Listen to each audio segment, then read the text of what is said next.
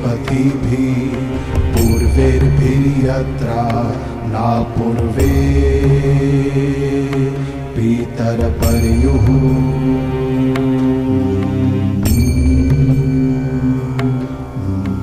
उभरार्जना स्वधया मदन्तायमं पश्यासि वरुणं च दिवम्।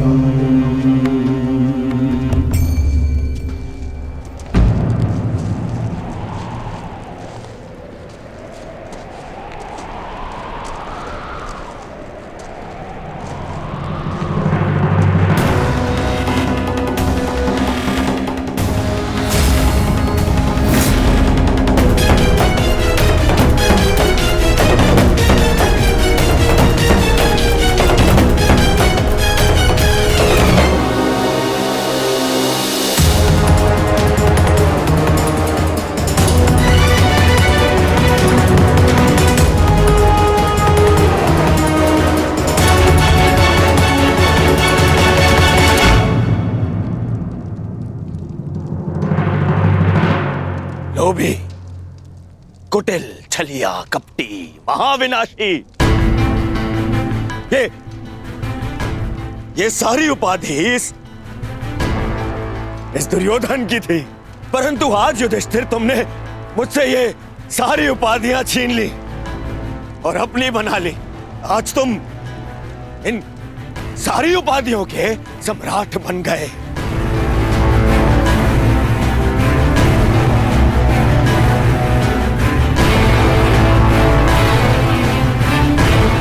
प्रणिपात सम्राट, अरे बोलो, सम्राट आए हैं। छल सम्राट युधिष्ठिर की जय बोलो, बोलो, छल सम्राट युधिष्ठिर की जय। परंतु सम्राट, मुझे समझाइए, अब कौन सा कार्य शेष रह गया था? आपने यहां आने का कष्ट कैसे किया सम्राट? अरे कहीं ऐसा तो नहीं कि लकड़बग्घे की तरह गुरु आचार्य द्रोण के शव पर भोज मनाने आए हैं आप?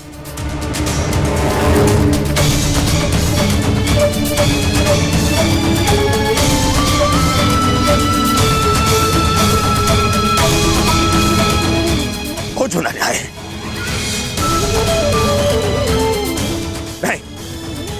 नहीं सम्राट, मैं क्षमा चाहूंगा, परंतु मैं इस बात की अनुमति नहीं दूंगा आपको। चले जाओ यहां से, अन्यथा मैं आप लोगों के शव पर उत्सव मनाऊंगा। चले जाओ। हम यहाँ युद्ध करने नहीं आए, अपने गुरु के अंतिम दर्शन करने आए हैं। इस समय मैं अर्जुन नहीं, अपने गुरु का शिष्य हूं। हम पांडु पुत्र होने के नाते नहीं, परंतु कुरुवंशी होने के नाते उनके अंतिम दर्शन करने आए हैं। नहीं, तुम्हें इस युद्ध में विजय मिलेगी और ना ही अपने गुरु के दर्शन।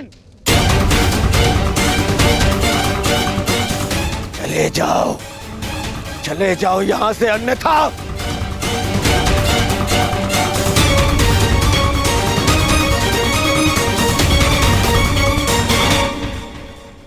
गुरु द्रोण के अंतिम दर्शन करने का अधिकार सबको है।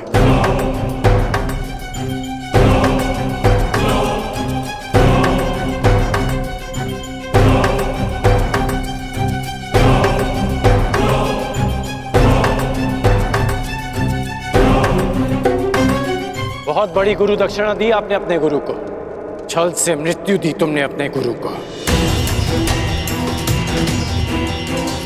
उन्होंने अनेकों दिव्यास्त्र सिखाए तुम सबको, परंतु विश्वासघात नामक अस्त्र का कोई उत्तर नहीं था उनके पास। धर्मराज, क्या उत्तर है आपके पास आपके छल का?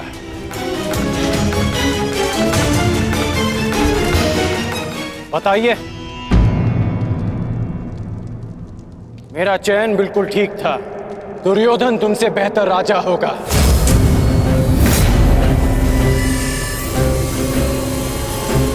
दुर्योधन की अनीतियों पर मैं क्रोधित हूं, परंतु तुम्हारी अनीतियों पर मुझे घृणा आती है। मित्र, शिष्य होने के नाते अपने गुरु के अंतिम दर्शन का अधिकार है इन्हें। नहीं, अंगराज ठीक कह रहे हैं मित्र।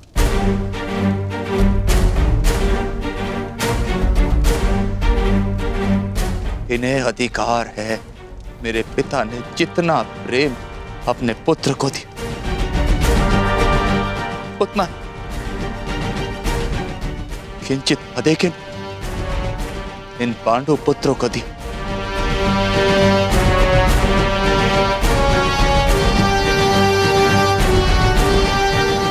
उससे भी अधिक इस अर्जुन को। एक पुत्र अपने पिता का ऋण चुकाता है, उसे जीवन देने का ऋण। मैं भी अपने पिता के दिए जीवन का ऋण चुकाऊंगा, और वो ऋण पांडवों को चुकाना होगा।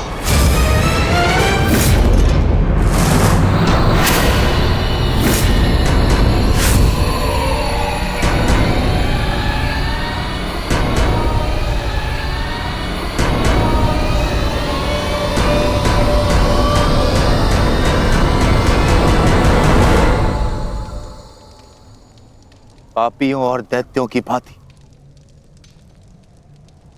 तुम लोगों ने विद्या पर लांछन लगाया है।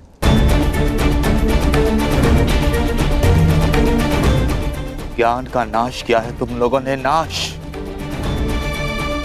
धिक्कार, धिक्कार है तुम लोगों पर।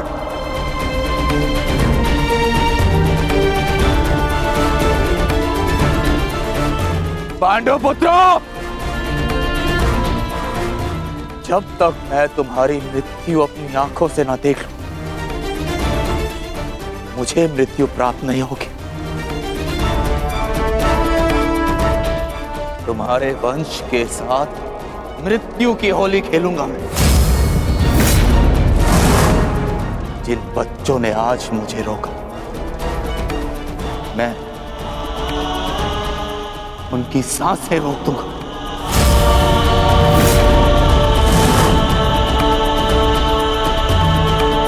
मुझे रोका,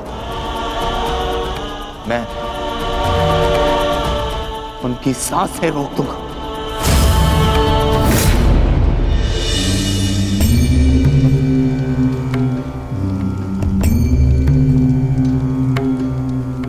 प्रेहि प्रेहि पतिभिः पूर्वैर्भिर्यत्र न पूर्वे पितरपर्युः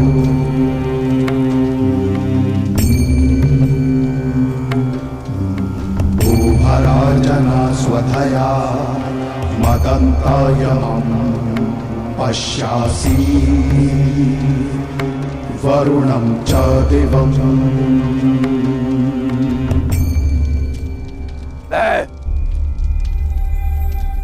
द्रोण पुत्र अश्वत्थामा, ये प्रण लेता हूं कि तुम्हारे संपूर्ण वंश को नष्ट कर दूंगा, नष्ट कर दूंगा, नष्ट कर दूंगा, नष्ट कर दूंगा, नष्ट कर दूंगा, नष्ट कर दूंगा।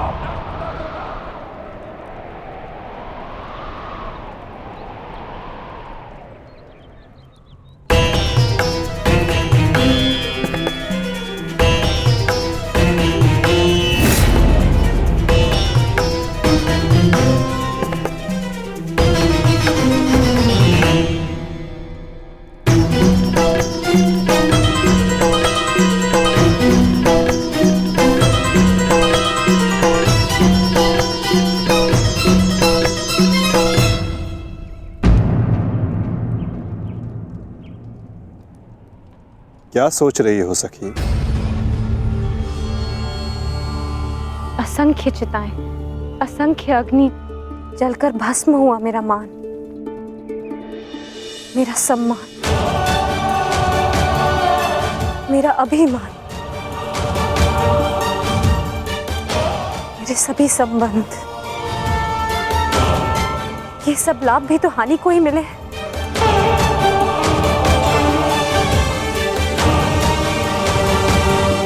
वो देखिए माधव,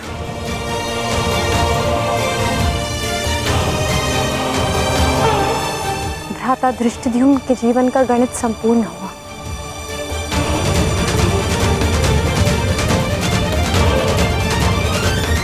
अब उनके जीवन का न्यून लाभ है। इस जटिल गणित में न केवल हानि और लाभ है सखी, इस गणित के अनेकों कोण भी हैं। उधर देखो, तुम्हारी पुत्र वधू खड़ी है।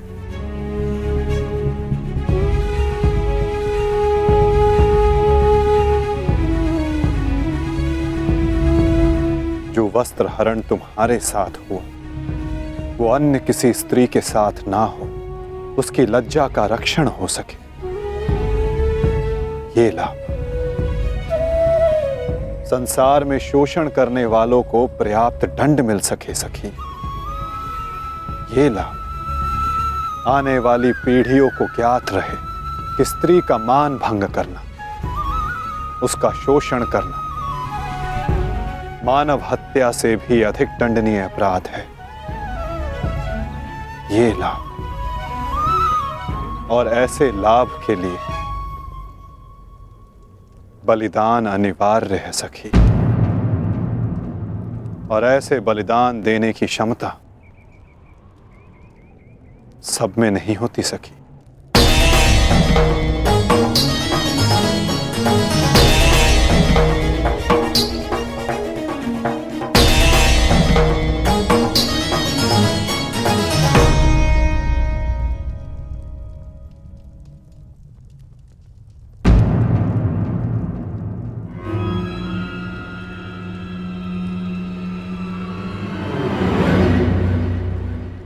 सुप्रिया का संदेश आया है भगतग्राम से।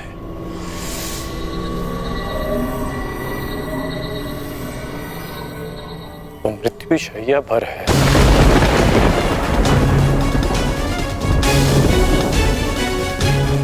इसमें लिखा है कि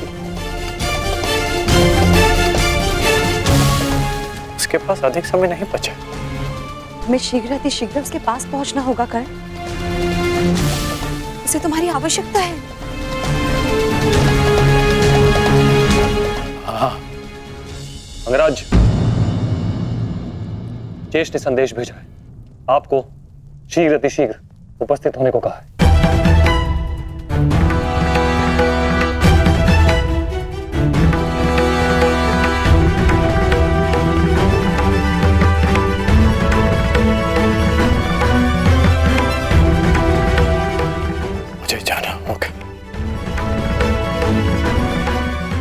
दुर्योधन के पास जाना होगा।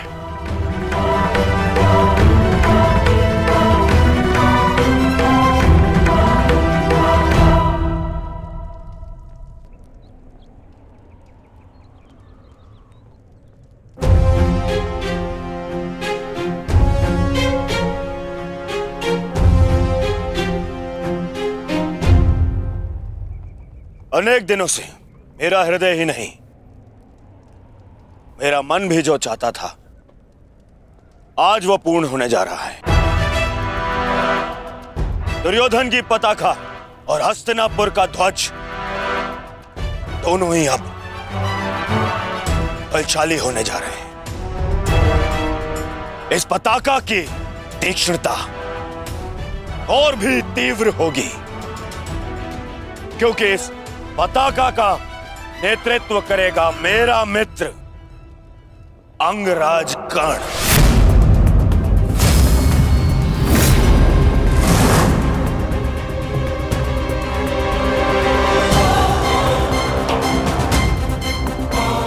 मित्र, आज से मैं निश्चिंत हो गया। मुझे पूर्ण विश्वास है कि तुम्हारे नेतृत्व में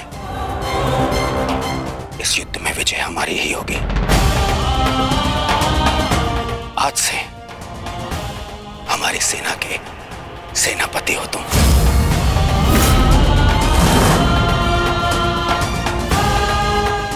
दुर्योधन, किसी दासी स्त्री के लिए पति चुन रहे हो या अपनी सेना का नायक चुन रहे हो?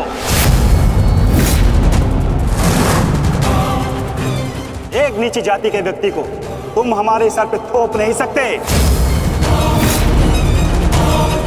किसी सारथी का पुत्र तुम्हारे उपकारों के बीच पे बना राजा मैं नहीं मानता कि ये सेनापति बन सकता है, क्योंकि पलतरन पैरों में शोभा देते हैं, ना कि मस्तक पर। शैल्य, मेरे होने वाले सम्राट,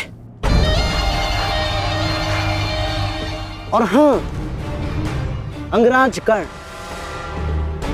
देखो तुम दोनों बुरा मत मानना। प्रश्न केवल ये नहीं है कि अंगराज सूत है या क्षत्रिय, प्रश्न तो ये है कि सेनापति पद किसे मिलना चाहिए। सेनापति पद के लिए आवश्यक क्या होता है? बुद्धि और शक्ति। और अंगराज, आपके बुद्धि पर किसी को कतई संदेह नहीं ना, परंतु संदेह है तो केवल और केवल आपकी शक्ति पर। अंगराज अभेद थे, अब नहीं है। कवच और कुंडल भी था इनके पास, अनेकों अस्त्र थे जो अब नहीं है, जो अब अंगराज खो चुके हैं। और हाँ, खास बात तो यह है, अर्जुन के लिए जो अस्त्र था वो भी आप खो चुके हैं। तो इसका पूर्ण अर्थ यह है दुर्योधन कि अंगराज अब उस बूढ़े शेर की भांति हो गए जिसके दांत भी टूट गए हैं और पंजे के नाखून भी झड़ चुके हैं। और ऐसे शेर के साथ चूहे भी व्यंग करते हैं। अब महाराज शल्य को देखो, इनकी शक्ति और भव्य सेना की सहायता से हम विजय प्राप्त कर सकते हैं। अब यदि अंगराज आपके परम मित्र हैं तो वो भी इस बात को मानेंगे, हैं? क्यों अंगराज? अमरश्री, मुझे कर्ण की मित्रता पर कोई संदेह नहीं है। जिसने अपना सबसे महत्वपूर्ण शस्त्र मेरी सुरक्षा के लिए उपयोग कर लिया, और ना ही उसके शौर्य पर। संदेह तो मुझे शैल्य पर है, क्योंकि कायरों के भांति रण छोड़कर भागना सबसे पहले इन्हें आता है। एक नहीं, दो बार अवसर मिला इन्हें, पर इन्होंने क्या किया? रण छोड़कर भाग गए, एक ऐसे चूहे की तरह जो केवल शेर की दहाड़ सुनकर ही भाग जाता है, भाग जाता है। इस चूहे को मैं ना तो अपनी सेना का सेनापति बनाऊं और ना ही अपनी दासियों का पति। मूर्ख हो मूर्ख, तुम दोनों मूर्ख हो। एक मूर्ख का सम्राट और एक मूर्ख का सेनापति। तुम दोनों मूर्खों को लगता है पांडवों पे विजय पाओगे? बस मद्रराज,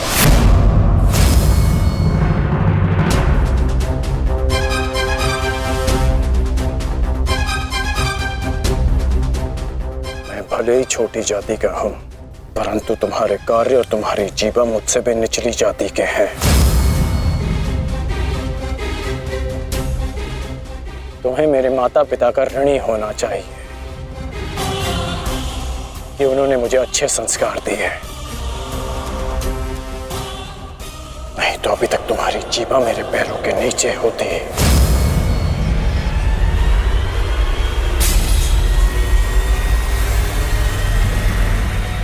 अब एक और शब्द अपनी जीभा से निकाला तो मैं अपने सारे संस्कार भूल जाऊंगा, और ये भी भूल जाऊंगा कि हम दोनों एक ही पक्ष में हैं।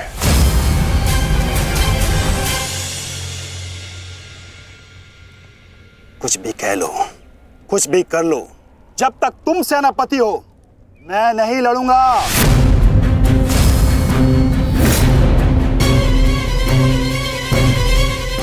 कायर फिर पीठ दिखाकर भाग रहा है। भूल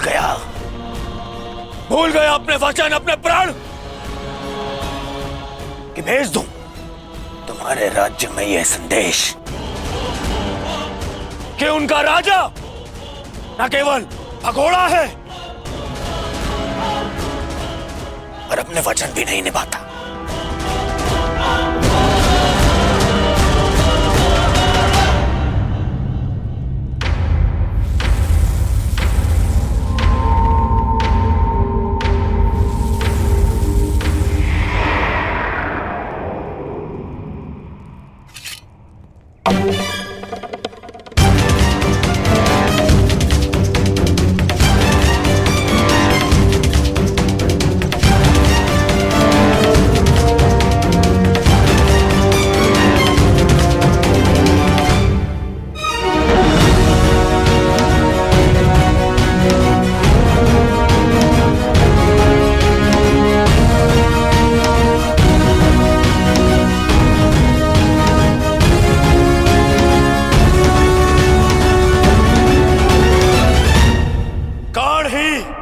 सेना का नेतृत्व करेगा। उन पांडवों ने केवल छल से हम पर विजय प्राप्त की है।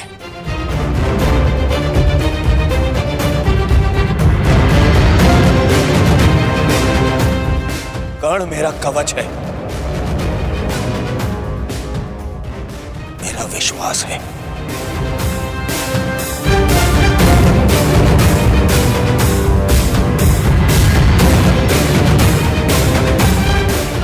और कल मेरे विश्वास की विजय होगी, मेरे सामर्थ्य की विजय होगी और मेरे शत्रु के छल की पराजय।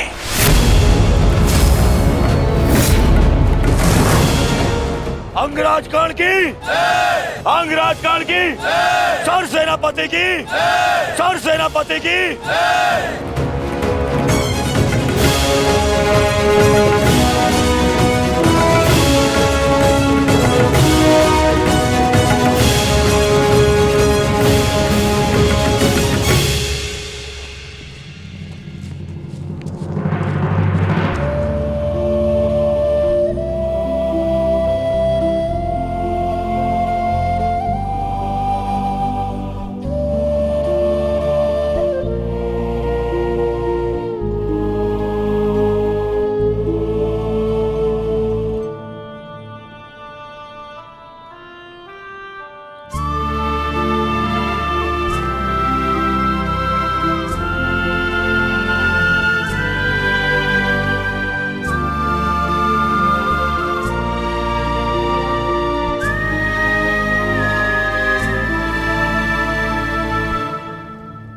कर्ण, तो तुम नहीं जा रहे हो?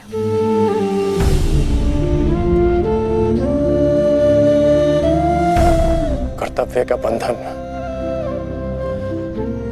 अपनों के बंधन से बड़ा होता है वृषाली।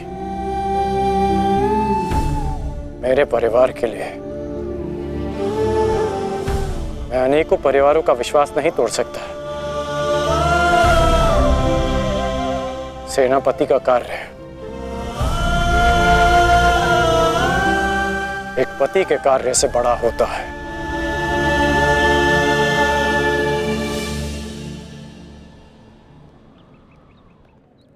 दुर्योधन को, इस सेना को मेरी आवश्यकता है।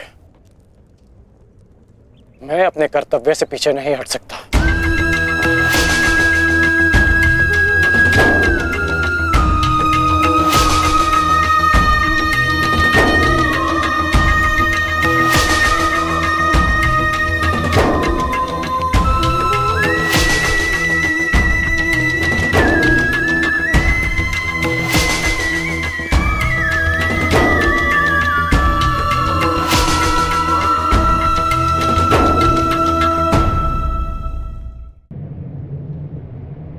15 दिन,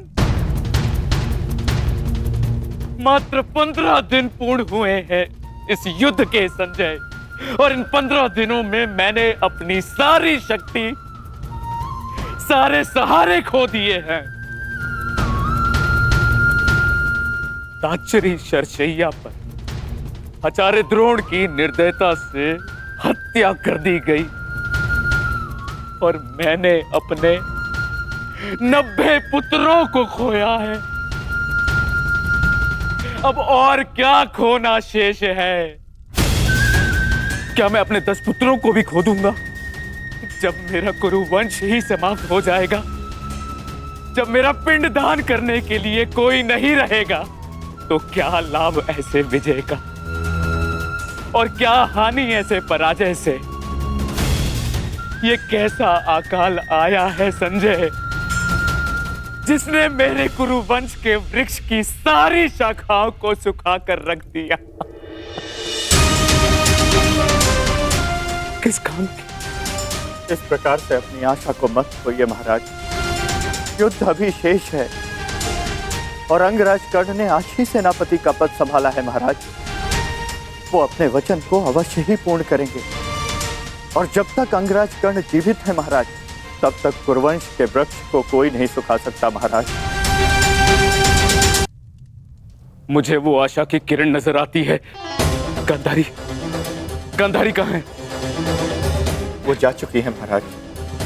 जा चुकी, परंतु कहाँ?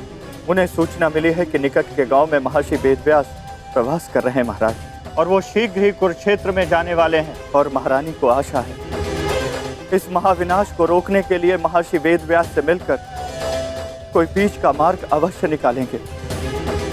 जिस प्रकार से आपके पुत्रों के जन्म के समय महर्षि वेदव्यास ने विशेष सहायता की है, उसी प्रकार से आपके पुत्रों के जीवन के रक्षण के लिए सहायता अवश्य करेंगे महाराज। मूर्खता है ये, मूर्ख है महारानी। संजय, शीघ्र ही कुछ सैनिकों को भेजो और महारानी को लौट आने को कहो। जी महाराज। भेजो।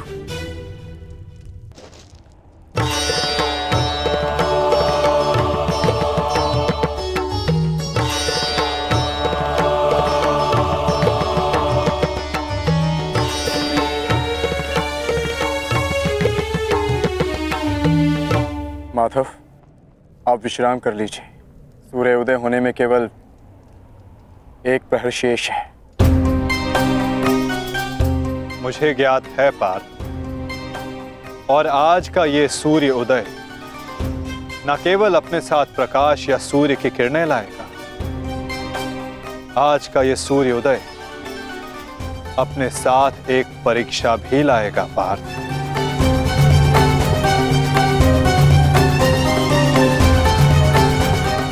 और उस परीक्षा के लिए सज्ज होना। आपका तात्पर्य?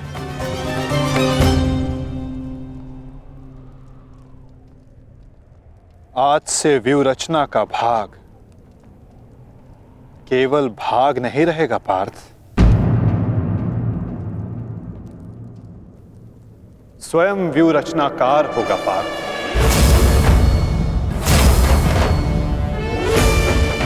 केवल आक्रमण की घोषणा होने पर वो युद्ध भूमि में आगे नहीं बढ़ेगा। समस्त कौरव सेना युद्ध भूमि में आगे बढ़ेगी पार्थ। अब अंगराज कर्ण आज्ञा लेंगे नहीं, वो आज्ञा देंगे पार्थ।